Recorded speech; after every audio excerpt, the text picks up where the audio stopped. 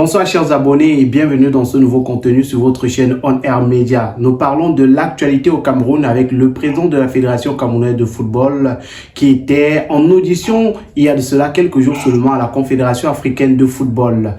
L'instance fêtière du football africain a livré son verdict et nous en parlons dans cette vidéo avec Jean-Pierre Bala, journaliste chroniqueur. Il est du côté de Yaoundé. Bonsoir Jean-Pierre Bala. Bonsoir Madik, bonsoir à tous tes followers et voilà, bonsoir à tous. Alors on parle du verdict qui a été livré du côté de la CAF concernant le président de la Fédération camerounaise de football.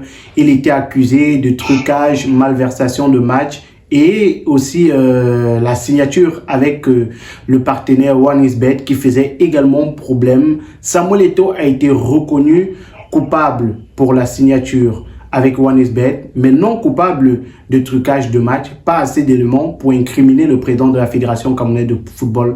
Quelles sont vos impressions? La première impression que j'ai, c'est vraiment une impression, j'ai envie de dire, d'injustice. J'ai vraiment envie de dire d'injustice parce que quand on, même que ce soit sur la question de trucage de match, quand on motive une décision par pas assez d'éléments, en disant que nous le déclarons non coupable parce qu'il n'y a pas suffisamment d'éléments, ça laisse croire au fond qu'en réalité les doutes persistent, mais parce que les preuves n'existent pas, nous ne pouvons pas le condamner. Donc c'est une histoire de pas vu, pas pris. C'est-à-dire que comme on n'a pas de preuves, on laisse ça en suspens, on se dit, bon ok d'accord, on va le déclarer non coupable parce qu'il n'y a pas suffisamment de preuves. Je trouve que la motivation, c'est-à-dire la motivation de la décision sur cette première partie n'est pas correcte. Maintenant sur le deuxième chef d'accusation qui concerne la signature avec un XBet, voilà, le pari sportif, je trouve encore là qu'on est en face d'une très forte injustice, d'une grande injustice, parce que la CAF motive sa décision en disant que le grief qu'ils ont contre Samuel Eto'o, c'est d'avoir signé un contrat sous couvert de la FECAFOOT à ses propres fins. Qu'est-ce que ça veut dire au juste? Je pense que le jury disciplinaire de la CAF aurait dû aller un peu plus en profondeur en nous disant, bon ok d'accord, il a signé un contrat au nom de la FECAFOOT, mais que c'est lui qui mettait de l'argent dans ses poches. On ne sait pas quelle destination prenait l'argent de XBet, on ne sait pas si ça prenait la destination de Samuel Eto'o, s'il a utilisé la Fédération camerounaise de football à ses propres fins. Je crois qu'il y a des non-dits qui finalement laissent encore peser un certain soupçon sur la tête, j'ai envie de dire, de Samuel Eto'o jusqu'à présent. Donc, mes impressions, c'est une impression d'injustice, une impression d'inachevé. Je pense que les observateurs de football que nous sommes, les Camerounais que nous sommes, nous méritons d'en savoir un peu plus de toutes ces questions qui malheureusement ont été biaisées par la Confédération africaine de football. Mais concernant la signature avec OneXBet, il est clair que Samuel Eto'o dit avoir signé un partenariat pour la Fédération camerounaise de football. Mais d'après les preuves, selon la CAF, Samuel Eto'o a également signé un autre partenariat avec l'entreprise de paris sportif à ses propres fins. C'est peut-être pour ça que la CAF a sanctionné, parce qu'il parle de manquement au code éthique de la FIFA. Très bien. Maintenant, sur la question de l'éthique, mais finalement, c'est quoi l'éthique de la Confédération africaine de football? Je suis d'accord, par exemple, on va certainement aborder ce sujet. Est-ce que la Confédération africaine de football a une éthique? Qu'est-ce qui diligente l'éthique de la Confédération africaine? C'est contenu dans quel document? C'est-à-dire que on ne peut pas condamner quelqu'un, parce que l'éthique, c'est quoi en fait? C'est-à-dire que en réalité, on le condamne sur des questions non scripturaires, c'est-à-dire des questions qui ne sont pas formellement écrites, pas formellement interdites, mais on dit c'est contre la bonne pratique. Mais c'est quoi la bonne pratique dans la gestion du football? Peut-être qu'il faudrait qu'on nous en dise un peu plus. C'est quoi la bonne pratique? C'est quoi l'éthique en tant que dirigeant de football? Est-ce que Samuel Eto'o a fait des paris sur le football? Je ne pense pas. On ne peut pas le prouver. Être ambassadeur de OneXBet, je pense, si Samuel Eto'o aurait fait, je dis bien aurait fait, peser son image pour en faire profiter la Fédération camerounaise de football, je dirais même que c'est tout à son avantage. Et ce n'est pas le premier grand sportif africain à être ambassadeur d'une entreprise de paris sportif. Moi, je ne fais pas de paris sportif, j'ai tout contre le paris sportif. Didier Drogba est ambassadeur de paris sportif, Francis Ganou dans son domaine l'est aussi. Ils sont nombreux des footballeurs à être des ambassadeurs. Maintenant, qu'on nous dise, et je me le dis encore, est-ce qu'il a utilisé son image en faveur de l'Africafoot ou est-ce qu'il a utilisé le nom de l'Africafoot à ses propres fins? C'est donc là que se trouve essentiellement le problème. Parce que si l'on me dit, j'accepterais qu'on dise que bon, il est coupable sur des questions entre guillemets d'éthique, mais que l'on m'explique tout au moins, ou qu'on explique tout au moins aux passionnés de football, aux Camerounais, ce qui s'est réellement passé. Qui a profité de l'image de qui? Samuel Eto'o a-t-il profité de sa position de président de la Fédération camerounaise de football pour signer un contrat, ou la Fédération camerounaise de football a-t-elle profité du statut de légende de Samuel Eto'o pour avoir un contrat? Je ne sais pas si on se comprend, mais ces choses devraient être clarifiées et clarifiées en profondeur. Alors, on va certainement parler dans un instant, puisqu'on va parler de l'appel qui a été fait par les avocats de Samuel Eto'o, de ce code éthique-là qui a été prononcé, les avocats de Samuel Eto'o qui attaquent également ce pan-là. Mais parlons du trucage de match. Il faut dire qu'il y a des audios qui ont circulé entre Samuel Eto'o et le président de Victoria United, Valentin Coin. Pour certains, ces preuves-là étaient suffisamment accablantes pour que Samuel Eto'o soit jugé coupable du côté de la CAF. Moi, je suis pas pratiquant de droit, je ne suis pas avocat, mais je pense que pour qu'un enregistrement soit recevable, il faut qu'il y ait des prédispositions légales qui vont avec. C'est-à-dire, la question n'est pas de savoir est-ce que l'enregistrement existe, mais la question pourrait se poser de savoir comment ceux qui ont obtenu cet enregistrement l'ont obtenu. Est-ce que vous voyez un peu ce que j'essaie d'expliquer? Ouais. C'est-à-dire, qui a envoyé cet enregistrement à la CAF?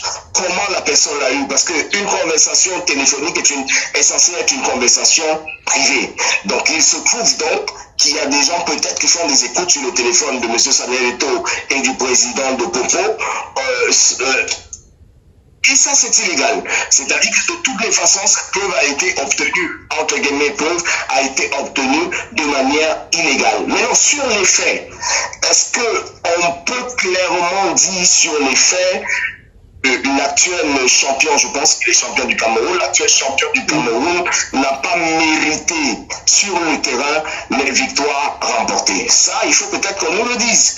Si on le dit clairement, parce que la question des audios, je le dis encore, comment ces audios ont-ils été obtenus? C'est une question importante.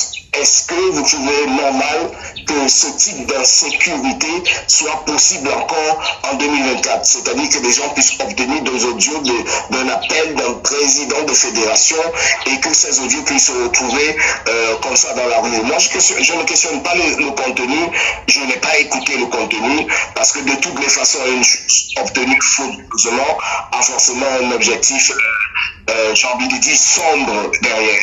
Donc, la vraie question, c'est de savoir comment ces audios ont été obtenus. Est-ce que ces audios sont recevables comme preuve? Donc, voilà, c'est toutes ces questions. Est-ce que c'est accablant? Mais franchement, j'ai envie de vous dire, on s'en fout.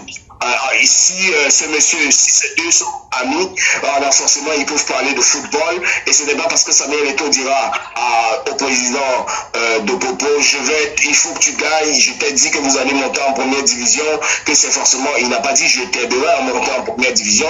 Mais s'il le dit même dans ses audios, je n'y vois aucun problème. Personnellement, il peut l'aider de 10 000 manières si c'est son ami. Bah, de toutes les façons, c'est à ça que ça sert les amis. S'entraider, sans violer les lois, bien sûr.